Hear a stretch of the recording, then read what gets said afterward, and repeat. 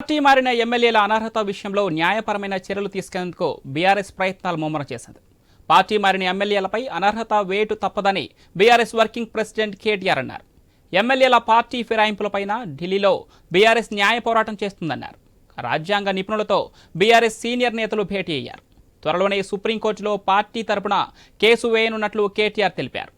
Court తీర్పు ద్వారా నెల రోజుల్లోనే ఫిరాయింపు నేతల అనర్హత అంశంలో స్పష్టత వస్తుందని రాజ్యాంగ నిపుణులు చెబుతున్నారు. మరోవైపు తెలంగాణలో ఉప ఎన్నికలు తప్పవని, పార్టీ మారిన ఎమ్మెల్యేలకు ప్రజాక్షేత్రంలో బుద్ధి చెప్తామని కేటీఆర్ పేర్కొన్నారు.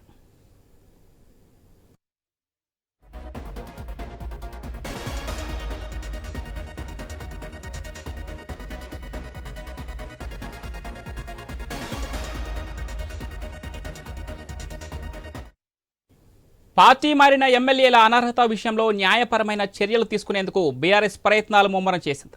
పార్టీ మారిన ఎమ్మెల్యేలపై అనర్హత వేటు తప్పదని బీఆర్ఎస్ వర్కింగ్ ప్రెసిడెంట్ కేటీఆర్ స్పష్టం చేశారు.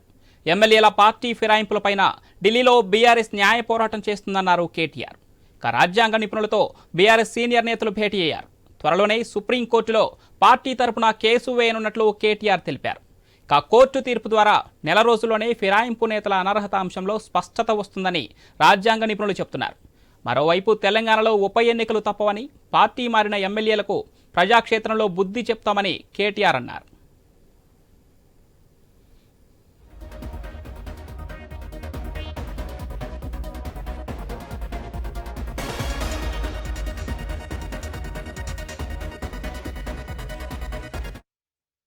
పార్టీ మారిన ఎమ్మెల్యేల అనర్హత విషయంలో న్యాయపరమైన చర్యలు తీసుకునేందుకు బీఆర్ఎస్ ప్రయత్నాలు ముమ్మరం చేసింది. కాగా పార్టీ మారిన ఎమ్మెల్యేలపై అనర్హత వేటు తప్పదని బీఆర్ఎస్ వర్కింగ్ ప్రెసిడెంట్ కేటీఆర్ అన్నారు. ఇక కేటీఆర్ వ్యాఖ్యలకు సంబంధించి మరింత సమాచారం మా బ్యూరో చీఫ్ రాజు ఫోన్లలో అందిస్తారు. ఎస్ రాజు. కొద్దిసేపటి క్రితం రాష్ట్ర BRS party working president KTR ఒక ప్రకటన విడుదల చేయడం జరిగింది. ఇందులో ప్రధానంగా తెలంగాణకు సంబంధించిన బీఆర్ఎస్ కు సంబంధించిన శాసనసభ్యులు ఎవరైతే పార్టీ మారారో, బీఆర్ఎస్ పార్టీ గుర్తుపైన గెలిచి ఇతర పార్టీలో చేరినటువంటి వ్యక్తులు ఎవరున్నారు వాళ్ళందరి స్థానంలో ఉప ఎన్నికలు రావడం ఖాయం అని చెప్పేసి ఆయన స్పష్టం చేయడం జరిగింది.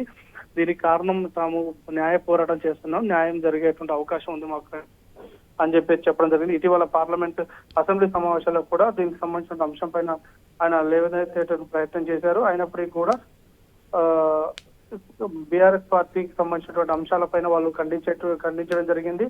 అయితే ప్రజాక్షేత్రంలో పార్టీ వీళ్లకు ఉప ఎన్నికలు తప్పవు, పార్టీ మారిన ఎమ్మెల్యేలు ప్రజాక్షేత్రంలో బుద్ధి చెప్పేటువంటి ప్రయత్నం చేస్తామని చెప్పారు. ఆయనకు సంబంధించినటువంటి ఢిల్లీలోని పలువురు న్యాయవాదులతో ఆయన కూర్చోవడం జరిగింది. దీనికి సంబంధించి హరీష్ రావు, జగదీష్ రెడ్డి వీళ్ళందరూ కూడా కవితను కలవడానికి అని చెప్పేసి వెళ్ళి అదే సందర్భంలో ఈ కవితకు సంబంధించిన అంశంతో పాటు ఇటు ఉప ఎన్నికలకు సంబంధించిన అంశం, ఉప ఎన్నికలు అంటే ఎవరైతే పార్టీ మారారో, పార్టీ ఫిరాయింపులకు పాల్పడ్డారో వారికి సంబంధించిన అంశాలపైన కూడా చర్చించి పోరాటానికి సిద్ధమవుతా ఉన్నాం, సుప్రీంకోర్టు కూడా ఆశ్రయించబోతా ఉందని చెప్పేసి హైకోర్టులో వేసినటువంటి పిటిషన్ పై ఏదైతే స్పీకర్ చేసిన ఫిర్యాదు కూడా వారికి సంబంధించిన అన్ని పత్రాలను కూడా న్యాయ నిపుణులకు అందించినటువంటి పరిస్థితి ఉంది. కాబట్టి సుప్రీంకోర్టు మార్గదర్శకాలు స్పష్టంగా ఉన్నందున హైకోర్టు సైతం ఎక్కువ కాలం దీనిపైన వాయిదా వేసేటువంటి అవకాశం లేదు. కాబట్టి త్వరలోనే తెలంగాణలో ఉప ఎన్నికలు వస్తాయి, వీళ్ళు అందరూ కూడా బర్తరఫ్ చేస్తారు అనేటువంటి అంశంపై వీళ్ళపైన అనర్హత వేటు వేస్తారని చెప్పేసి ఒక విశ్వాసాన్ని ఆయన వ్యక్తం చేయడం జరిగింది. పవన్, అయితే రాజు, ఇక్కడ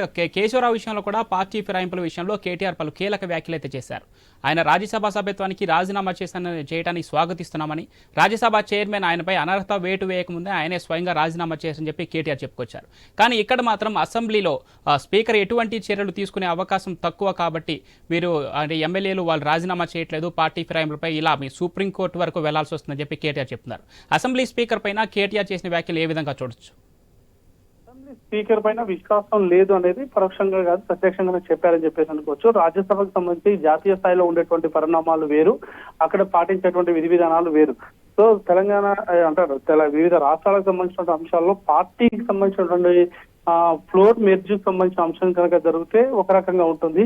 ఈ ఎమ్మెల్యేలు అంతా ఇండివిజువల్ గా పోతున్నారు. మరోవైపు స్వయంగా పిసిసి అధ్యక్షుడు, రాష్ట్ర ముఖ్యమంత్రి హోదాలో ఉన్నటువంటి రేవంత్ రెడ్డి వాళ్ళకు కండువాలు కప్పినటువంటి పరిస్థితి ఉంది. కాబట్టి జనరల్ గా పార్టీ మారిన వాళ్ళు ఎవరు కూడా అసంతృప్తిని వ్యక్తం చేస్తూ పార్టీకి దూరంగా ఉండడం జరుగుతుంది కానీ కండువాలు కప్పుకొని ఉండేటువంటి పరిస్థితులే. కానీ ఈసారి మాత్రం ఖచ్చితంగా ఇండివిజువల్ గా కండువాలు కప్పుతున్నారు. బీఆర్ఎస్ పార్టీ హయాంలో అటు తెలుగుదేశం పార్టీ 2014లో కావచ్చు, 2018లో కాంగ్రెస్ సంబంధించిన శాసనసభ్యులందరూ కూడా మూకుమ్మడిగా వచ్చి ఫ్లోర్ మెర్జీకి సంబంధించినటువంటి తీర్మానం చేశారు కాబట్టి వాళ్ళందరూ కూడా పార్టీ మారినట్టు కాదు, ఒక శాసనసభ పక్షానికి సంబంధించినటువంటి మెర్జీ జరిగింది అనేటువంటి అంశం ఉండేది.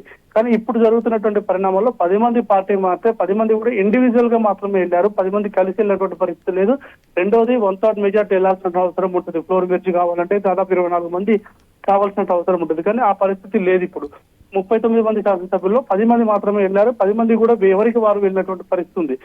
కాబట్టి వీళ్ళందరూ కూడా అనర్హత వేటుకు అర్హులు అనేటువంటి అంశం ఈ రోజు న్యాయ నిపుణులు చెప్తున్నటువంటి మాట, రాజకీయ విశ్లేషకులు చెప్తున్నటువంటి మాట.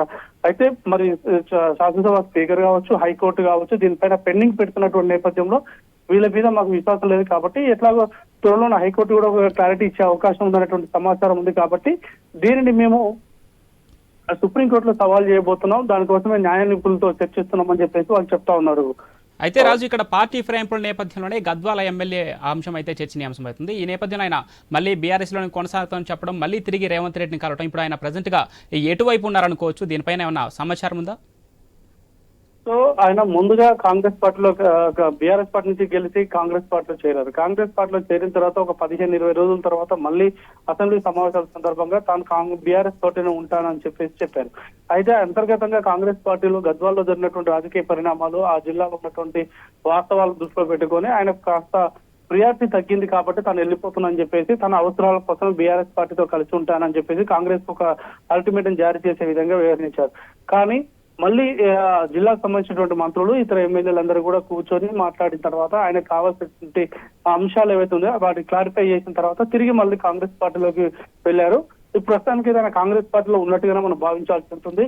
అంటే తన వ్యక్తిగతమైన అవసరాలు తీర్చుకోవడం కోసం, తనకు ప్రాధాన్యత పెంచుకోవడం కోసమే బీఆర్ఎస్ పార్టీలోకి వస్తుందని చెప్పేసి ఒక స్టేట్మెంట్ ఇవ్వాల్సినటువంటి అనివార్య పరిస్థితి ఏర్పడింది అనేది ఇది ఒక రాజకీయ అవకాశవాదంగా ఉంటుంది అనేది ఒక రాజకీయ పరిశీలకులు కూడా చెప్తున్నటువంటి మాట.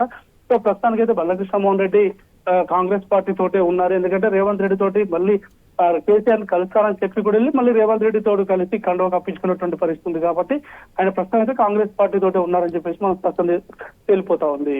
Right Raju, thanks for the updates.